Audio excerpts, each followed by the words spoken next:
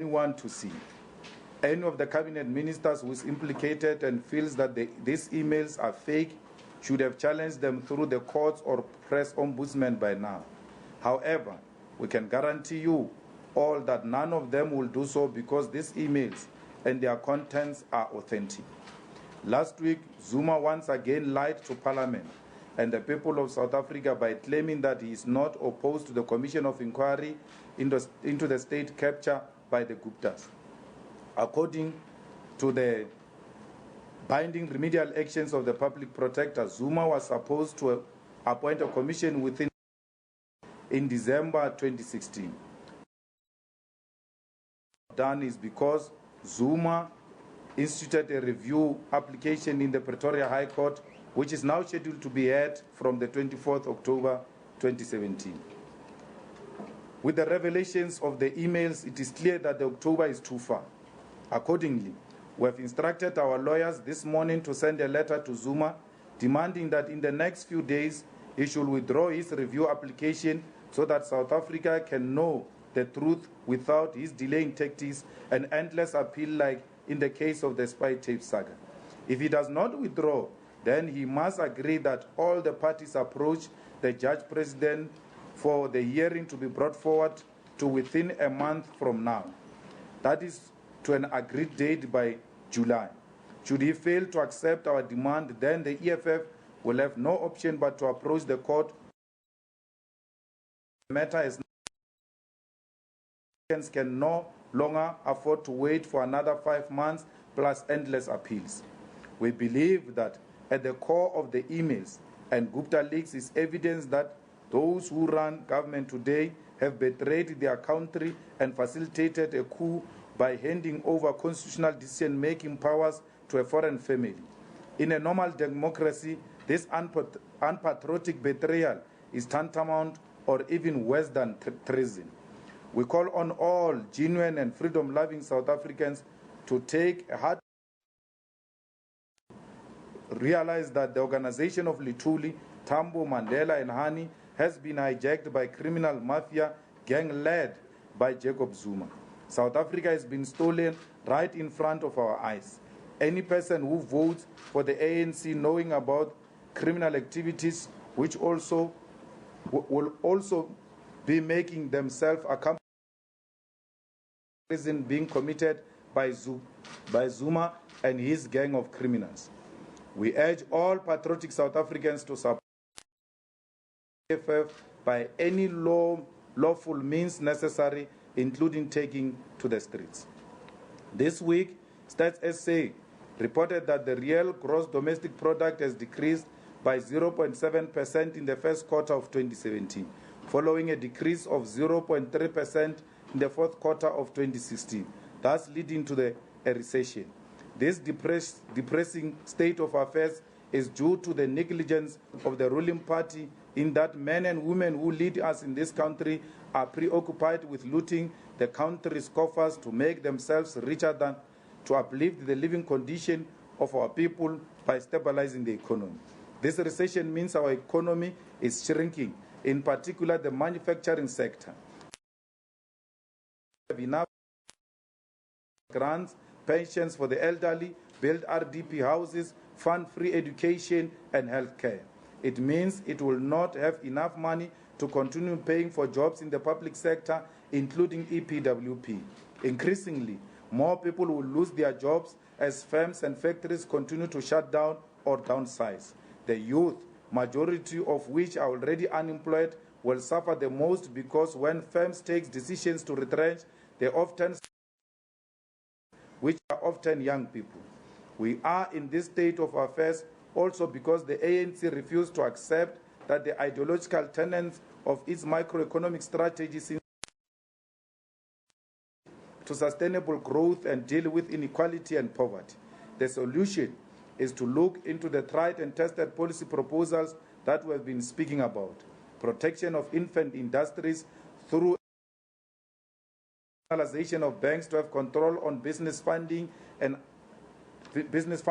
amounts that actually get given to small, in particular, black businesses. Nationalization of mines as well as expropriation of land without compensation with a sound agrarian food production.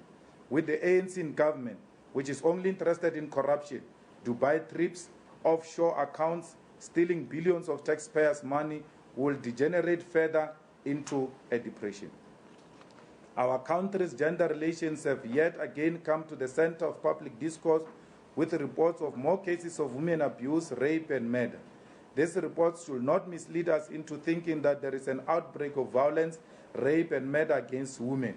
The reality is talking about a normalized war which has been unfolding for many years against the girl child in particular. South Africa is a patriarchal society in which toxic and violent ways of being a man are celebrated and promoted. The culture of treating women as though they are a property, a possession, or objects of sexual pleasure for men has been at the center of sustaining this violence, rape, and murder of women. Women and girl children are no longer safe anywhere. They face their brothers, husbands, and partners as they do from strangers on the streets. As a society, we must uproot this culture by ensuring that first, we support each and every victim of rape and women abuse, particularly poor,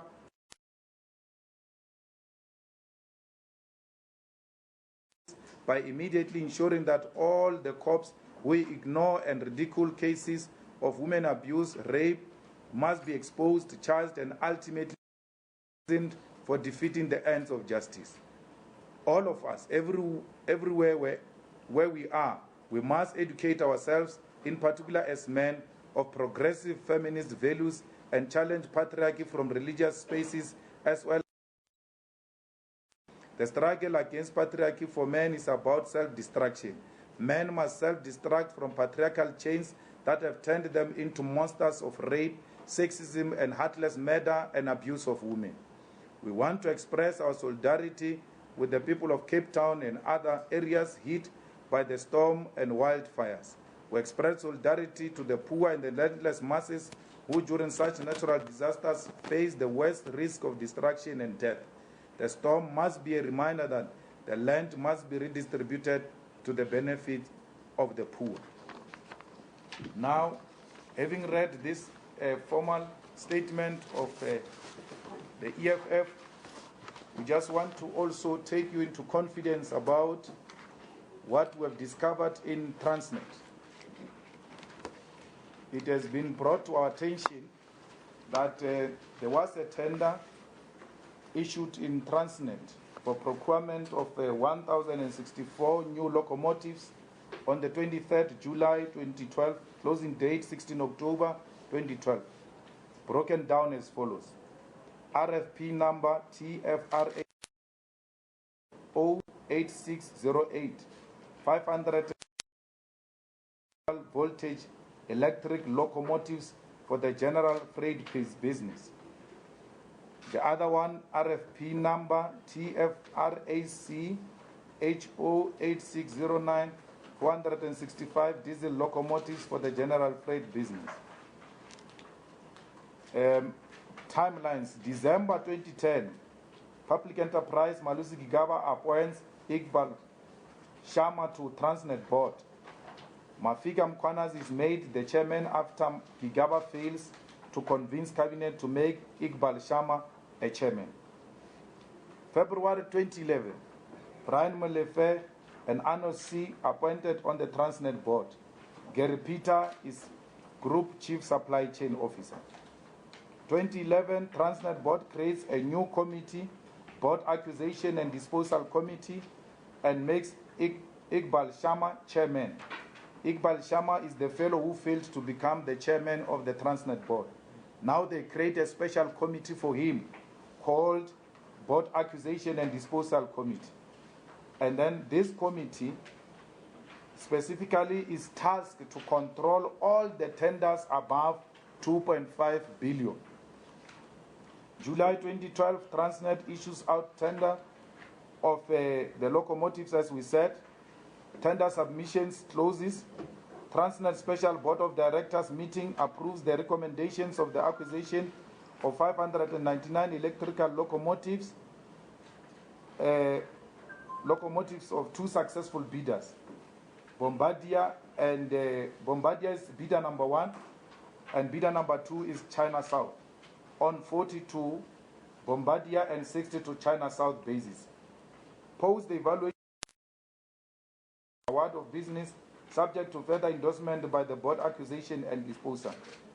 Post the negotiation process, a bizarre decision from the main board. How can a board empower a board subcommittee to a final approve an award running into billions? I see Mr. Mbuiseni just took a decision to disrupt my press conference, and it's unacceptable. Now, Transnet Board of Directors meeting approved the recommendations of the acquisition of 465 diesel locomotives, and then agree that this bid must be shared 50-50 between the bidder number 1, China North Rail, and bidder number 4, General Electric. Now, what happened is that when this bid was done, all the companies were asked to provide best and final offer. The final offer was from China North on diesel locomotives, was 30 million plus on 30 million plus per locomotive. And then the second was awarded to General Electric on 27 million plus per locomotive. That is with regard to the diesel locomotives. The electronic locomotive was awarded Bombardier at 32 million plus and China South 32 million plus. Those are the first, best and final offer. When the board approves that now we're taking these things, they now say there must be negotiations. They now send the matter to that board, to the subcommittee, which is now chaired by Sharma, to now continue the negotiation. Yes, we agree with these offers, but we think you can get more, less money out of negotiations with these people. Then the negotiations take place. The second best and final offer is made. They now reduce. China North reduces from 30 million to 27 million.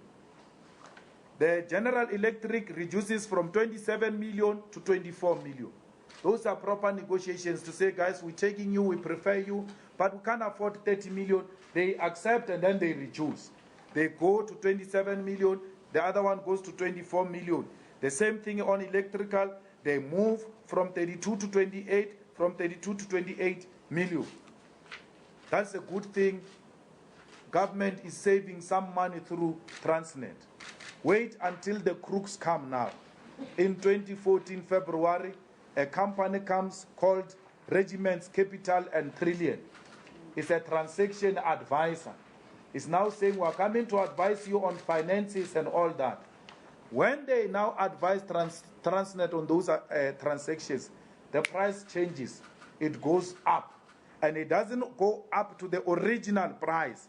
The original price on diesel locomotives was 30 million from China North. When regiments now intervenes, the price moves from 30 million, which went down to 27 million, now back to 36 million. Now Guptas are advising now. And then they come. We are now advising, and we are advising under the so-called accelerated delivery schedule. The whole amount, which started at 27 million, went down now, General Electric, to 24 million. After the advice by regiments, is now 33 million. Original offer passing the negotiated offer now into something else. But what is even more interesting is that then the negotiations continue. The final offer, which comes, it's now something else. After the Gupta's, General Electric, 36, China North, it changes from all of those amounts to now 42 million per locomotive. If you look at the difference from the original offer, of 30 million to the final accepted offer, there was an additional 11 million. Now, when you go to negotiate the best price everywhere, no, they don't reduce the price. They increase the price to a point where 11 million gets added to the original price. All in all, these people have, the inflated price is almost 17.4 billion, which has gone into the pockets of these people. So when they say they bought a house in Dubai for 500 million, someone says, how can a person buy a house of 500 million? It's not possible. No one can do that. But if you have pocketed more than 10 million, 500 million, if you have pocketed more than 10 billion, 500 million is nothing. You can afford to buy a house in Dubai. By the way, when I said Zuma went to Dubai into some unofficial trip to visit a factory of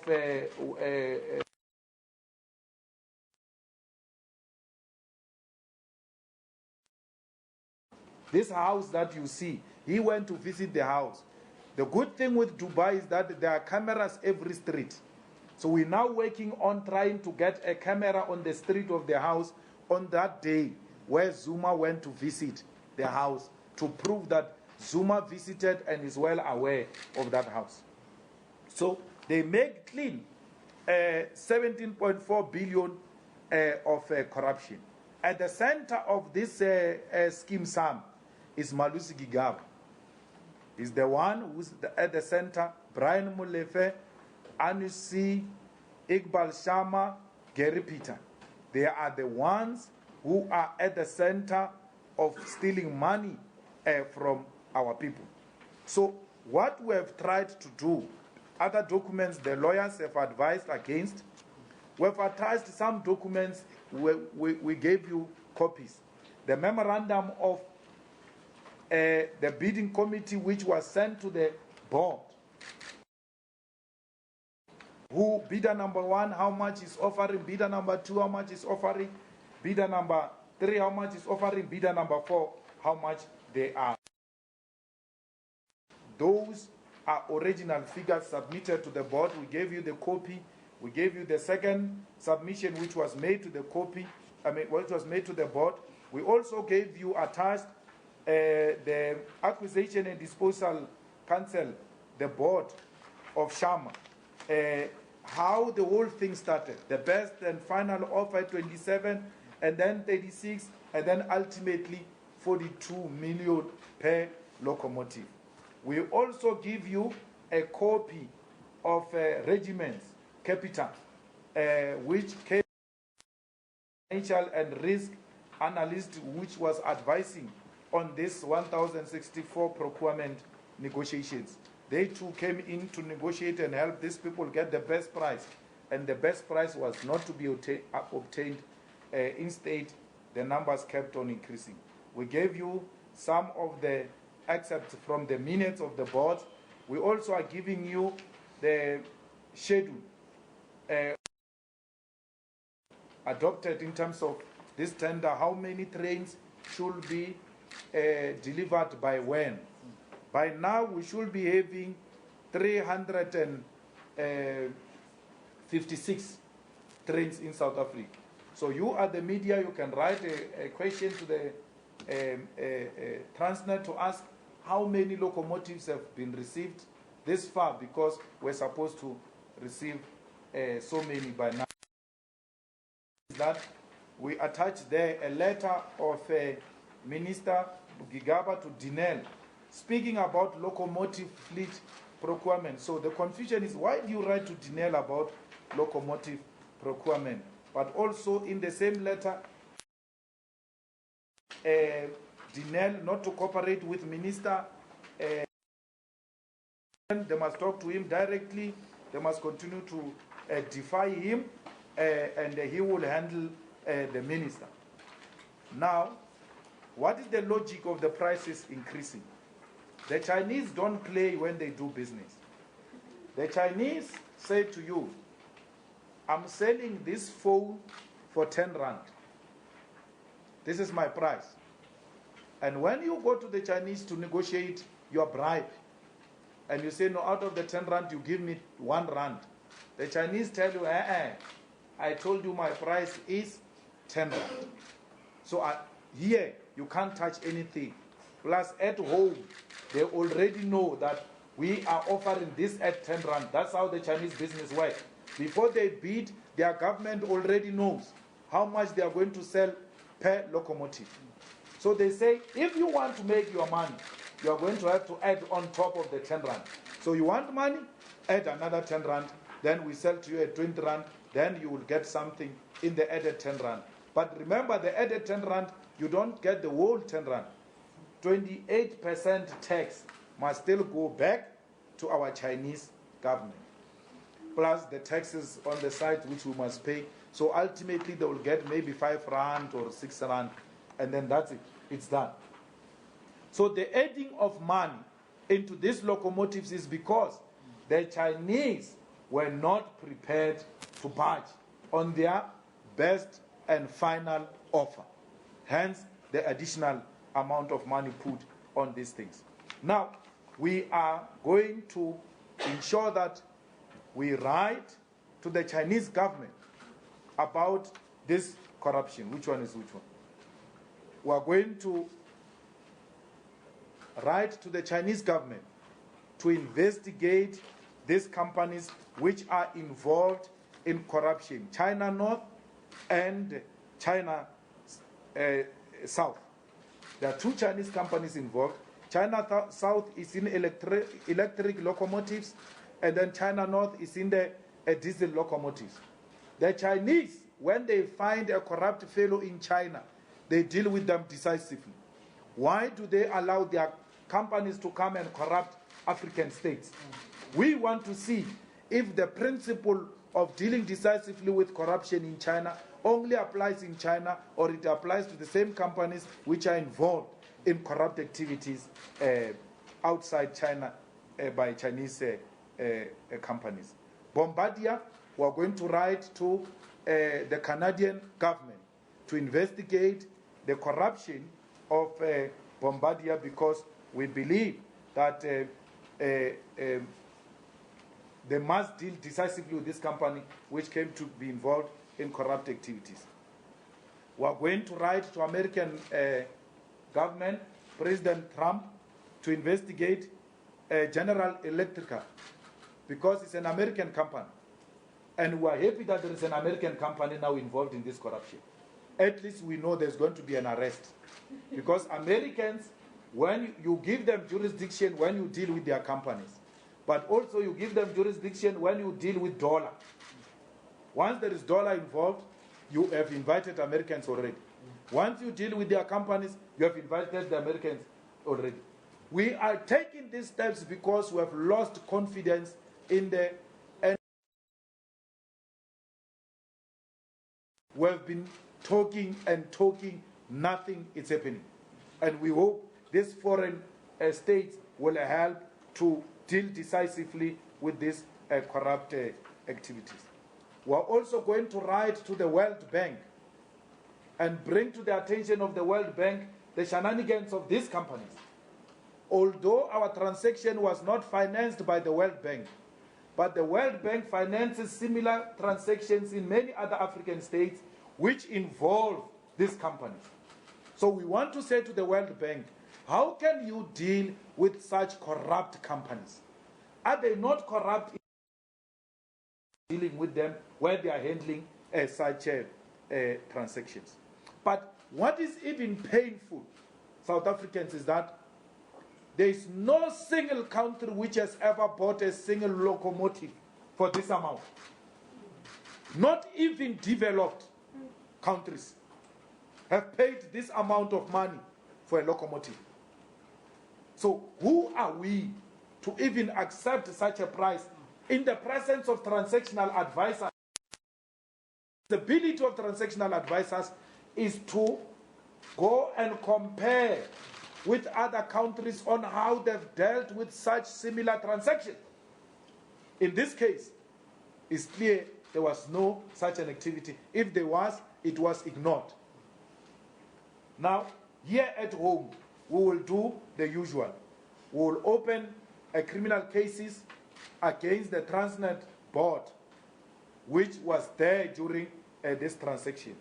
We will immediately approach the court to interdict this tender. And we are calling upon all other bidders who lost to these corrupt companies to join us in trying to interdict this transaction. They must stop being cowards. Remember that there were almost 10 or 8 bidders. Some of the bidders who were excluded, who were disqualified, they were disqualified on the basis of the price. If this one is offering 30 million, it means those who are offering 37 disqualified. But now the price has gone past the 37 million, which was used as the basis of disqualifying these companies. They have to come back, not only interdict, they have to sue Transnet and say, you have denied us this opportunity because you said we were more expensive, but at the ultimate end, you ended up paying more. Now, we are going to open a criminal charges against Malusi Gigaba, who is a facilitator of corruption, particularly in the state-owned enterprises, and the emails are speaking to that as well. We are going to open cases against regiments and Trillion Capital, particularly Salim Issa, and report them to the Financial Service Board. We'll open criminal cases against the audit firms, because what happened, they did not, Gupta's did not only buy regiments and Trillion Capital. After doing that, that is before the transaction. After the transaction, they went to buy the auditing firms so that the auditing firms can okay the transactions. So we are getting the names of the auditing firms. We will auditing firms to Independent Regulatory Board of Auditors, because they must, particularly because they are involved in a corrupt activities. All of that is what as the EFF. The reality is that we are in possession of the emails. We are in possession of the emails. Our security department is going through each and every email. What we are doing now, we are linking every email to the minister. Every email is going to be linked to the minister, and then once it has been linked to a minister, and once we have completed that process, we will then compile, which will be submitted to Parliament for the impeachment of those ministers, and in particular the President. If Parliament refuses, then we'll be left with no option but to approach the courts to find some recourse with regard to these people who are involved in the emails. When you are sitting at home there, enjoying your tea, and thinking these emails are fraudulent and not real and they are fake, then ask yourself a question. Why did the president of the IFP confirm the email? The president of the IFP confirms the email, and he says there was nothing untoward. He was meeting people as he was invited.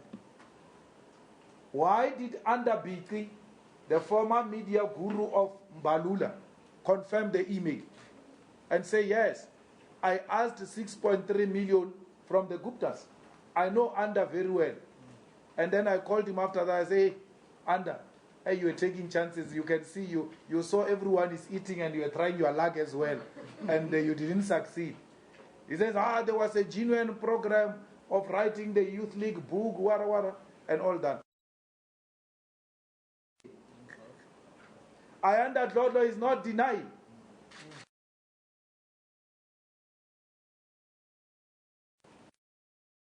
Even for a second doubt that the emails are not real. When the individuals involved are saying, yes, we know, that's not what it was meant for. So the question whether emails are real or not is out of the question. The emails are real. Our country has been sold to the highest bidder. If it was another country, not South Africa, where people enjoy protesting through social media, these streets will be occupied. You vote for the ANC because you are part of this crime. You enjoy crime. You celebrate criminals more than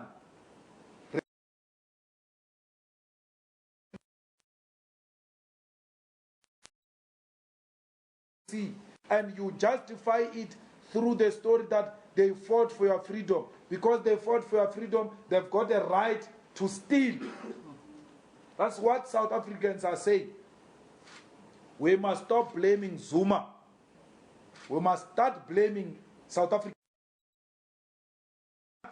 Even when clear evidence of corruption is presented before them. And those anti-corruption movement will soon get tired,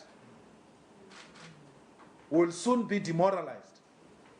Fatigue will kick in because there is no support from South Africans. We will get tired and the money will dry out because we are using our own money to fight these people. Every time we open a mouth and say we are taking them to court, you must know the EFF money is the one that is going to be used. We are not allowed to even, by the way, for legal battles. This money we have been taking from our councillors and from our MPs and MPLs is the money that is financing these legal battles. All the senior councils we are using in court, none of them is doing those things called, what do you call them? Nothing of pro bono. None of them. Yes, the lawyers, yes, the junior advocates, sometimes Mugai Tobishem, he even forgets the invoices and then just pushes. But all the senior councils, none of them does it for free. The only one who did us favor was Lawrence Rhodes with regard to the release of the state capture report, who said to us, guys, I know you say you don't have money, but this is a winnable case. So let's go. I will take the legal cost because you're going to win the legal cost as well. Instead of other lawyers saying the same things, that, okay, let's go, we'll take the legal cost. And you will only pay us if you lose. But if we win, we will wait. Because payment of the legal cost also comes after a long time. Most of them say, you must pay us now. Then you will get the legal costs. And those legal costs, by the time they are paid, were dry. This is not our money. This is not our personal money. We don't gain anything out of this. But the continued South Africans to take the bull by its horn, then you must count us out. These people we bring to marches, few of them will get, and then that's when this thing becomes Banana Republic officially, and then it becomes another failed African state. This battle and all of these exposés who are bringing forward attempt to prevent South Africa another failed state. We do this with risking our lives and the lives of our families. We risk our lives because we love this country. We're not going to sit back.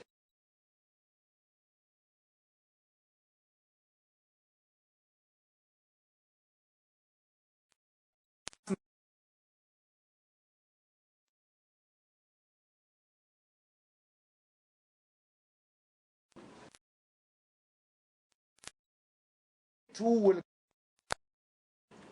of giving us this information. Why are the Guptas not charged? Ladies and gentlemen and South Africans, I was charged myself, and one of the charges was that I influenced tenders without any evidence. Now there is clear evidence by ministers who have, I was charged by NPA for that I influenced tenders. And they could not produce a single proof how I influenced any tender. But here is a proof of email where appointments of board members is influenced, appointment of ministers is influenced, appointment of bidders is influenced. Here is evidence. And then all we hear from the captured Sean Abrams is that, no, we're looking into this and all that. There's nothing. Okay, let's leave the emails and the Gupta's evidence. Why is there no single person charged for Nkandla corruption till today? The ANC agreed there was corruption. Ultimately, Zuma agreed there was corruption. And all of that. No one has been charged. Even when there is consensus that there was corruption, no one has been charged. For how long should we continue to expose these things? These people who are exposing this information, they will get tired because nothing happens. Even to juniors, not even to juniors, nothing happens. We are rated amongst the top 10 corrupt countries. Yet there has never been a situation of high-profile corrupt individual in the past 10 years since Zuma or Mbeki have taken over this state. 10 years. Since 2007. All of those who are arrested were under Mbeki, Jengis Levi, may his soul rest in peace, Shabir, and Tony Ngeni, and all of that. It was under Mbeki. 2007 till to date, no one has been prosecuted successfully under Zuma, yet corruption levels have increased in South Africa. This is a message that says corruption pays in South Africa. Unless you are opposing Zuma, unless you are not in Zuma's camp, you will be charged and go to prison. But if you are Zuma, ANC high profile, you are not going to be charged anyhow. You know, I once had a discussion with John Block, who once said to me when he was in trouble, hey, you know, I need the numbers of the Guptas, man. I was told these people will rescue me. I must go and talk to them and all that. The message I told John then was, if the Guptas can't help Zuma with his legal matters, how can they help you?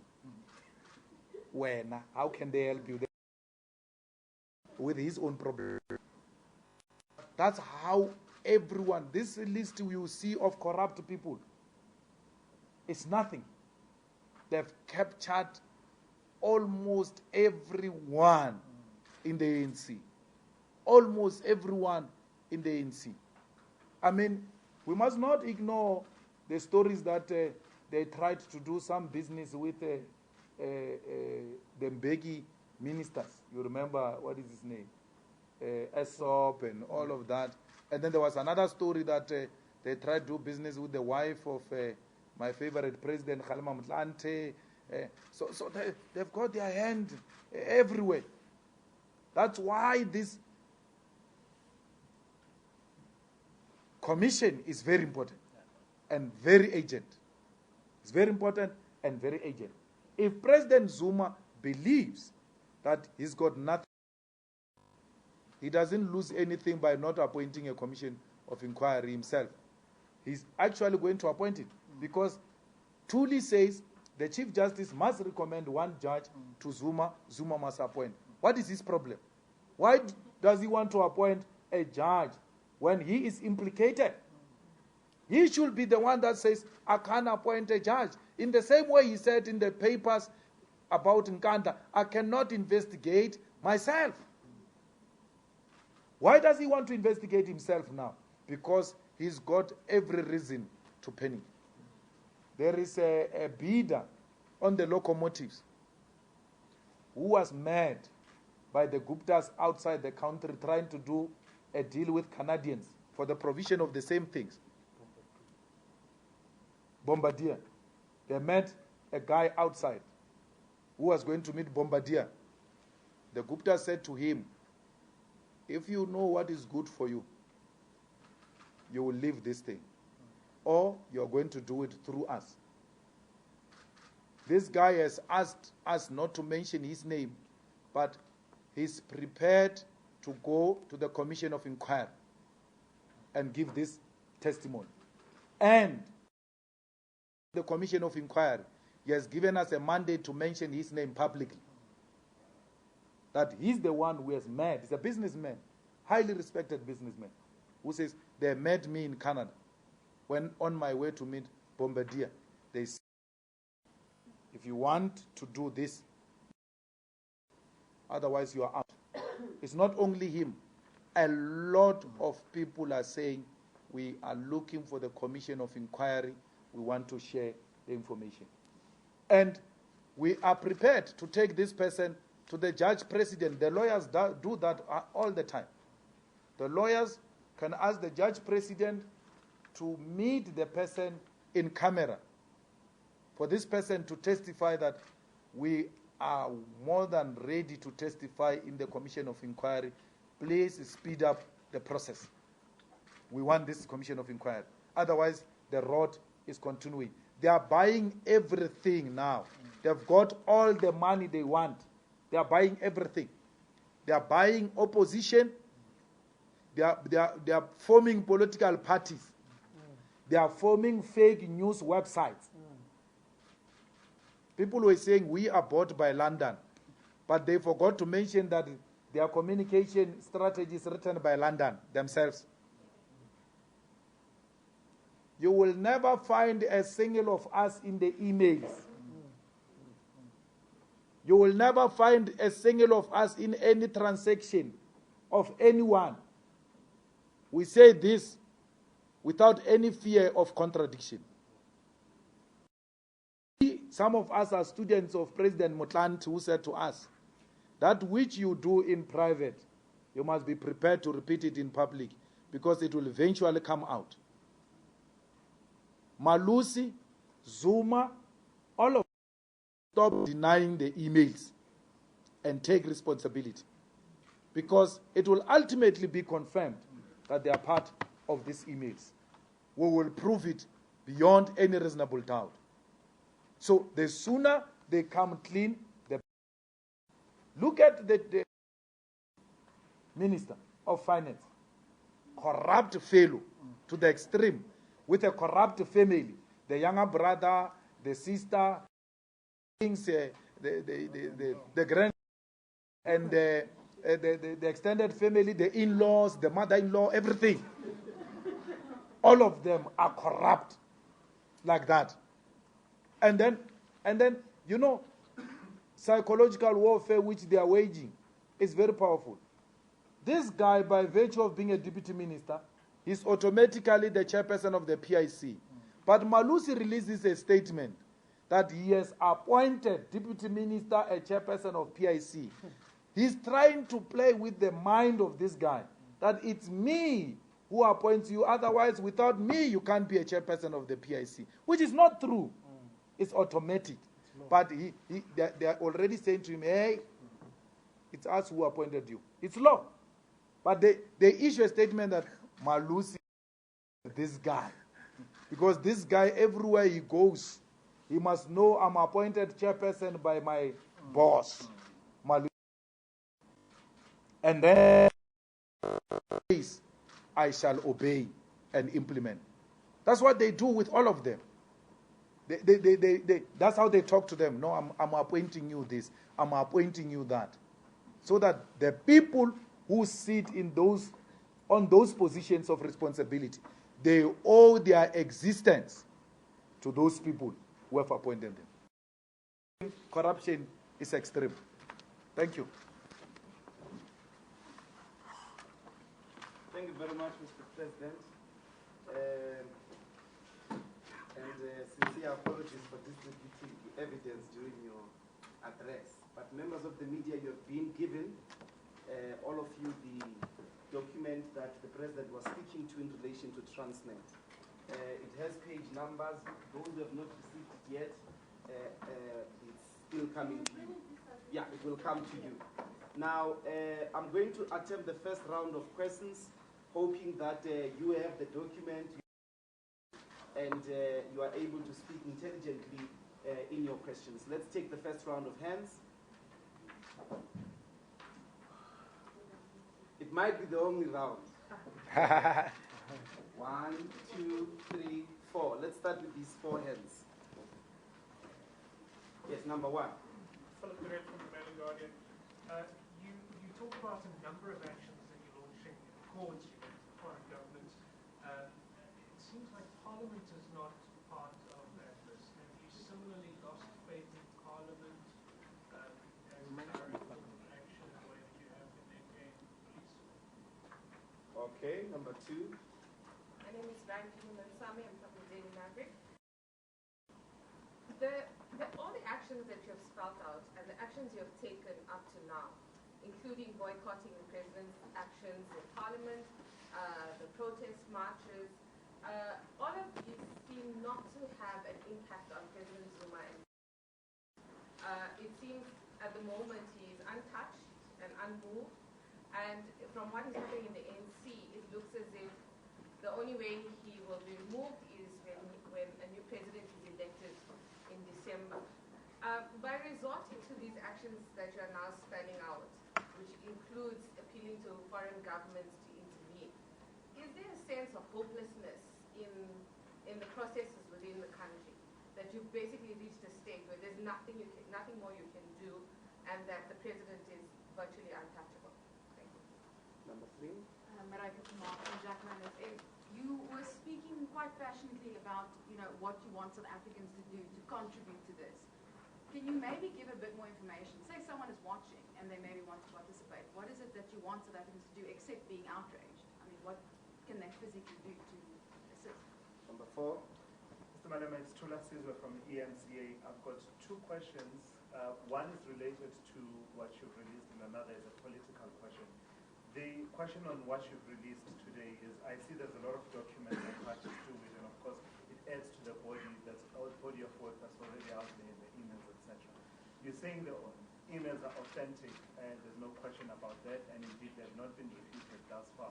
But in terms of passing the standard of not being hearsay evidence in a judicial process or in a legal process, how confident that the emails and the documents that you have attached here will pass that muster?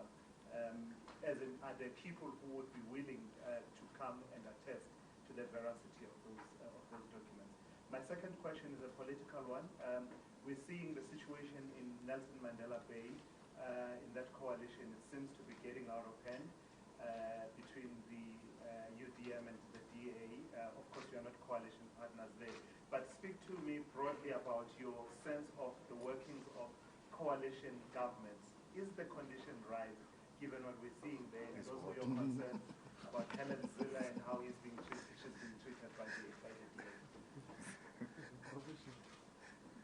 President, those are the first 4. Let me take more Advertising of the DB. The DB is out of order. Well, we said we are going to Parliament, my brother. Let's come back to the same press conference. Yeah, I said we are going to Parliament, we are preparing the emails, and then the dossier will be presented with everything else to Parliament. And if Parliament fails to act, we'll then go to the courts to find a recourse. And then we'll add to our impeachment case. All of this actually add to our impeachment case. Ranjeni, I don't think you're correct that there is no impact. Remember when we started these things, we're lone voices.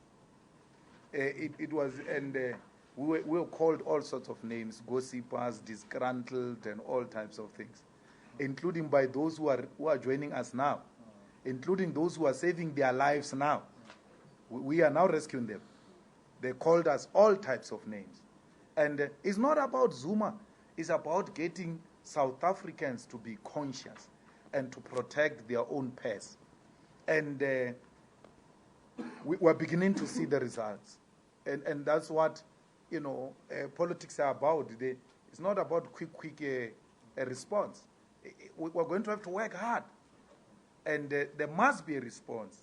Because if we don't get a response, then all those things I spoke about will start kicking in, where people are demoralized and all type of things. So there's now action beginning to come in. I mean, to get COSA to start pronouncing against this guy, to get the Communist Party to start pronouncing against this guy, to now get MK Council, to get the stalwarts and veterans to repeat after EFF. You must say, we're now speaking this. They are all going to speak like they are the ones who discovered it. So all of that, it's a good sign that, remember, we don't care about Zuma. We want to fix this country so that those who come after Zuma do not repeat a similar mistake. And the only practical way to teach them is by arresting Zuma. Deal with one to educate others. So we must arrest Zuma and then teach others who are coming that they must not repeat a similar mistake. Guys, we're talking about 17 billion here, 17 billion, only in Transnet. We have not gone to Dinel. We have not gone to ESCOM. We have not gone to SAA run by Zuma's girlfriend. We have not gone to Prasa. You know locomotives of Prasa. There you don't have to even have a headache. You know already what's happening there. So we have not gone to SASA. Because the SASA thing, we just hear about this artificial corruption. We have not gone into details of who is getting what. We have now given you emails. Now we're dealing with monies now. We're moving from emails to money. How the monies are being moved and all of that. So the authenticity of emails is no longer a discussion. You can't say it's hearsay. When a media outlet says there is this email, and then Anda comes and confirms, what is a hearsay about that? When Anda says, yes, it's my email. The media outlet says, yes, the email. President of the IFP comes and says, yes, it's my email. The authenticity is no longer an issue here. They are real. They have been proven.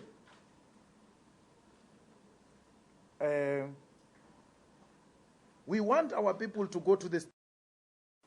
We want our people to picket. And they must not go on the EFF's invitation. They must go on their own. It must not be politically led type of a campaign. It must not be led by NGOs, because most of these NGOs are financed by government, by a business, which says to them, one of the NGOs was saying to us, no, we can't protest on Wednesday because we can't get the support of business. I'm trying to promote EFF here, but these things are too hot. Yes. I'll end up collapsing here with this advert.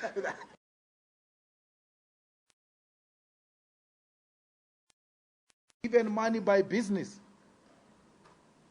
So one of the NGOs was saying to us, don't march on Wednesday because we will not get the support of business. Business will not agree to close and shut down and all that. Let's march on a Friday. So we can operate like that. We cannot be run by business. In the same way, we are not run by government. There's no business that controls our action. So we want a mass-led type of a protest, which it will not be politically aligned, which will not be NGO business aligned. It will be genuine concern by South Africans. It doesn't matter whether they are 10, it doesn't matter whether they are 20, they just go by some bridge with placards. That's what we are calling for. Every individual in South Africa should say, not in my name. I cannot sit back and allow the Guptas to steal from our country. I don't understand why there's not been, an occupation of Gupta's house. They tried to do it with some fellow South Africans, and then security marching glance of Gupta's called Land First, what first? And then funding by Gupta's first went to occupy, went to fight with those people. And I was saying to the leadership of the EFF, maybe we must try and occupy it and see if the Gupta's funding first will come, so that we teach it a lesson.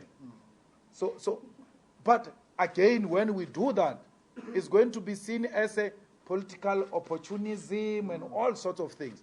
So we're saying South Africans lead us so that it becomes a genuine program of fellow South Africans. In Nelson Mandela, the whiteness of that guy comes out from time to time. That's what we know about the DA. And is not tolerant to this other Chacharach one of the UDM, because that one of UDM Lena is too forward, man. Is too forward and is engaged in some things which are not explainable. Now, there was a political process set up by political parties which are involved in a coalition, which set aside a 3-man team to go and do an investigation. Even before that team brings its conclusions or findings to the political party leaders, the DA is already dealing with that guy of the UDM. Our problem again in this country is the DA. The DA is too forward and doesn't take advice. They don't take advice. The DA, many a times we said to them, withdraw the motion of no confidence against Zuma. Let's go and take a secret ballot in court, we'll come back. They refused. Only now they are doing it. You know why they are doing it now? Because they depend on our votes in other municipalities. They don't want to offend us.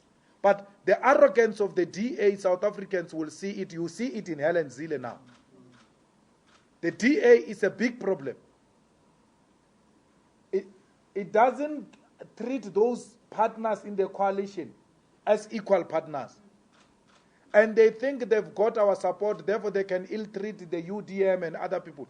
They don't know that if the UDM gets out of that coalition, out of bitterness of whiteness, when the voting comes of motion of no confidence and voting of a new mayor, we are going to fold our arms in Nelson Mandela. If they don't change this attitude they are displaying of white arrogance, they must be rest assured we will not vote with them. We are not saying the UDM guy is right. We are not saying Trollip is right. We're saying respect the internal processes of the coalition. Stop being arrogant. We don't owe DA anything. We didn't take anyone's money, Papa. Now we are free souls. We don't care. We can just fold our arms just for controlling. You control. Just fold our arms and then the mayor is removed. Just to prove to you that we didn't take anyone's money for anything. That which we are doing is the collective decision of this leadership. Yeah. We don't owe DA nothing. DA is going to fail the 2019 project of removing ANC from government if they go on like this. Disrespecting a coalition partners, but also allowing Helen Zille to become Zuma of DA. Helen Zille, if she was indeed thinking she's treated unfairly, she must resign and still take the DA to court, just to clear her name. But to allow her party which she formed and said she loves so much, to deteriorate in her name, then she's not different from Jacob Zuma. And she's compromising the 2019 project of removing the ANC. Now Musi Shem, he goes and suspends Helen Zille through a press conference. And then the boss, James, says, it's not done like that. Let's give her 48 hours. Imagine you are a leader of a party. And every time we say, Musi is not leading this thing, people say, hey, leave Muruti. It's not about being Muruti. He's a good guy. Shemuna Pilwebu, he's not a trouble. But those whites, they are giving him a tough time there. So they are undermining him. They are undermining him. And Helen Zille is prepared to collapse this project because of her ego, not without a fight. She wants to live up to the title of the book, not without a fight. Even when that compromises the DA, and all of us who are supporting, who are voting with the DA in the municipalities, they say to us, yeah, what are you saying? Helen Zille says colonialism was super. What are you saying? They are undermining our effort. She's undermining our effort to take out our government from the hands of the corrupt ANC, which is captured by the Guptas. This is a project of removing this corruption. She doesn't care about it. And let the DA, the DA must stop disrespecting us. How do you say you have suspended Helen Zille from DA activities and then you leave her as a premier? How is Helen Zille going to get a mandate if she's not attending DA activities? Because Helen Zille is supposed to attend a caucus, question her DA mandate, advise on how best it can be implemented. How is she going to do that? Who is Helen Zille representing in the Western Cape legislature and as a premier? Because our people, James Self says people elected Helen Zille. That's not true. Our people elected DA. We don't have a system where individuals get elected in South Africa. They want Zuma removed, but they can't apply the same principle to their own. If Helen Zille thinks, well, I didn't do anything wrong, you can't impeach me, then let's leave the impeachment. Let's use the motion of no confidence. You don't have to do anything wrong in terms of your oath of office or anything. Even if we don't like your dress sense because it doesn't dress proper, we just say no. We don't like your dress sense, therefore we're passing a motion of no confidence against you. It can be done. You don't have to break any oath of office. You don't have to be found to have done anything wrong. Just what the party thinks it's compromising its image, it's enough to pass a motion of no confidence against Helen Zille. So the DA is playful again. They must be warned, and we do so now. You will remain with Western Cape, with Johannesburg, Tshwane, and PE gone. Because we are not going to associate with a party that protects colonialism.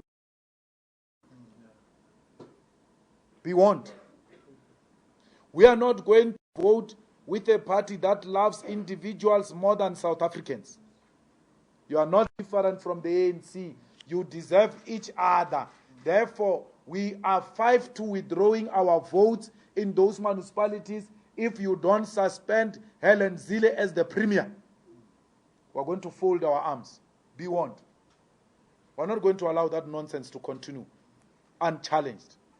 If Helen Zille is so prepared to cause DA all these municipalities, let her remain the premier of Western Cape. Let her remain.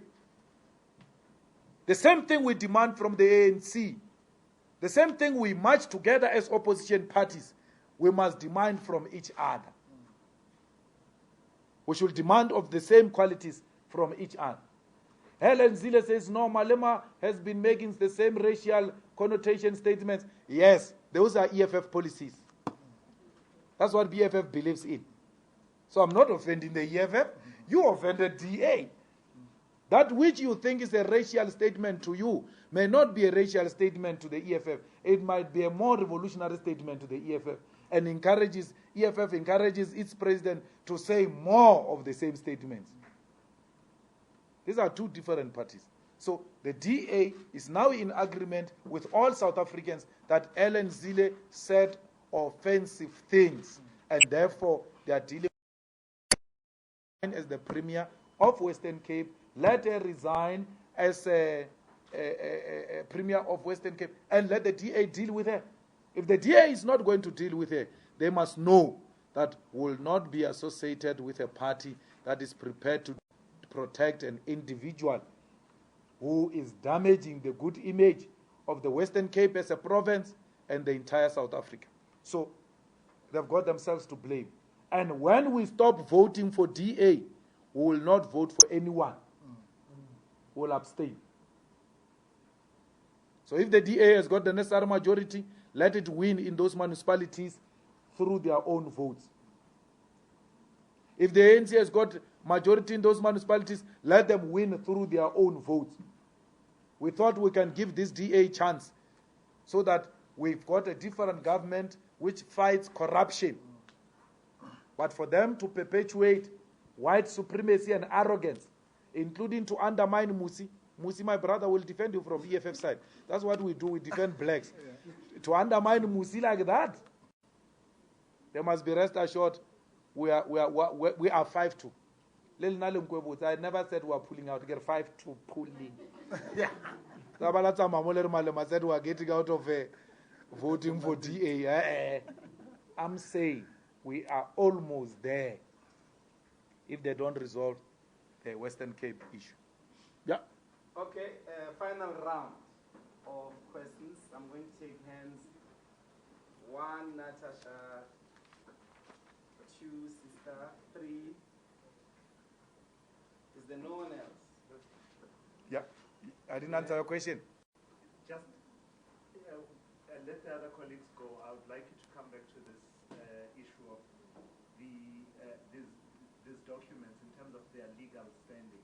You didn't answer it, but I wanted, as it relates to the legal processes where you're now facing a judicial officer. No, we're going to hand them over.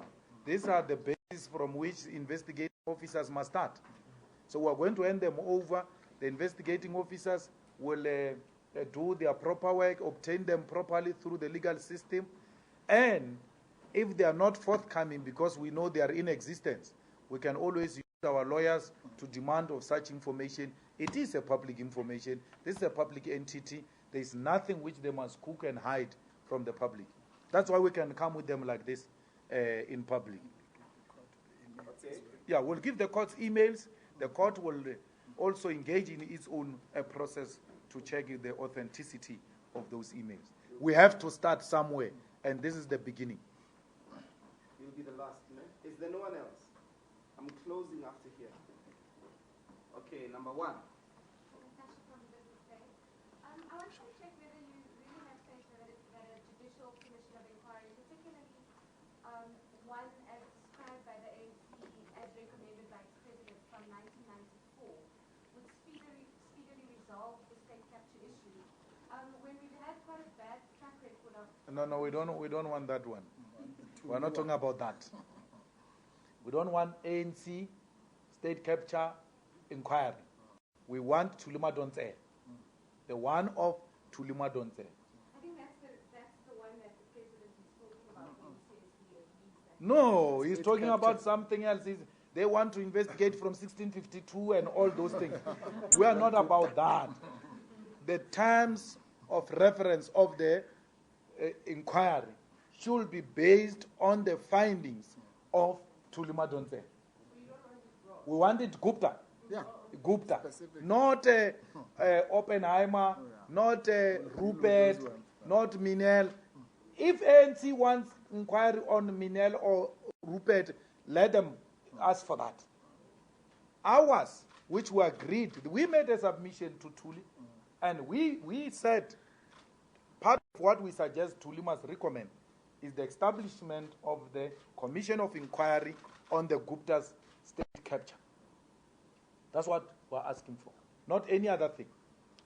Anything which is not Thuli related, we know is a concocted arrangement which is going to be used to just clean people, and that's it. Are you done, Natasha? Okay. Remember, we must not forget these things.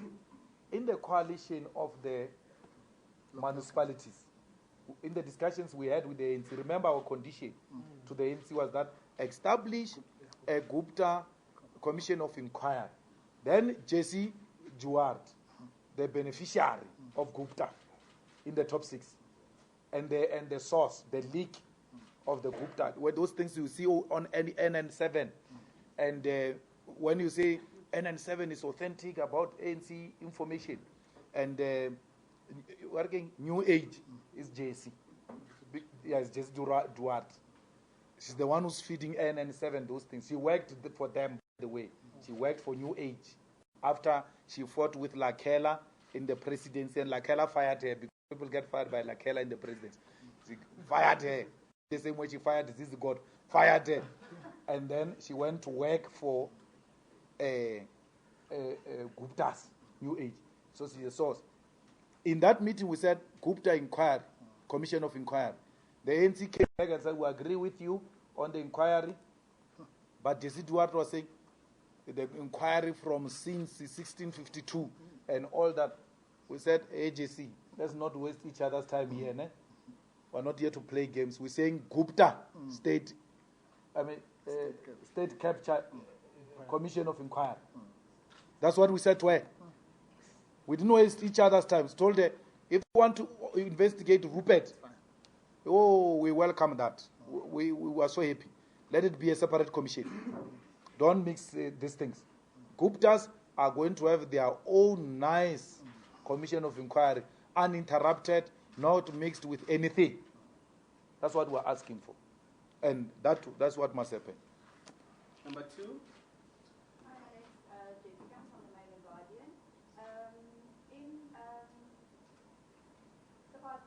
To welcome back our DSTV 404 viewers from that EFF briefing. We're taking a look at market news, and we're going to cross to the Johannesburg Stock Exchange now, where Nompumelelo Siziba is standing by. Nompumelelo, good afternoon. Take us through what's happening in the markets. Thanks very much, Nzinga. Well, as you mentioned today, there's a lot of things happening. It's being billed the Triple Threat Thursday day, and that is because of 3 factors, namely the UK general elections, the European Central Bank pronouncing on monetary policy, and of course ex-FBI Director James Comey giving his testimony to the US Senate later today. These 3 items, or these 3 events, could shake the markets. When it comes to the UK general elections, obviously we'll only begin to get a sense of what has transpired tomorrow in the early hours of the morning and the later day. And then global markets are largely in risk-on mode, although they're not really shooting the lights out because of all these factors that are sort of waiting in the wings. But our local equities market not doing very well at all. It's only the mining counters which seem to be holding their head up a little bit. The local currency maintaining some decent ground. That's despite the fact that we got that terrible news about the recession for the first quarter earlier this week. And we see that manufacturing data has come out today for April, not looking good at all. That came down by 4.1% on a year-on-year basis. Mining data, I don't have the exact figure, but again, also not very good news. Let's take a look at the indicators.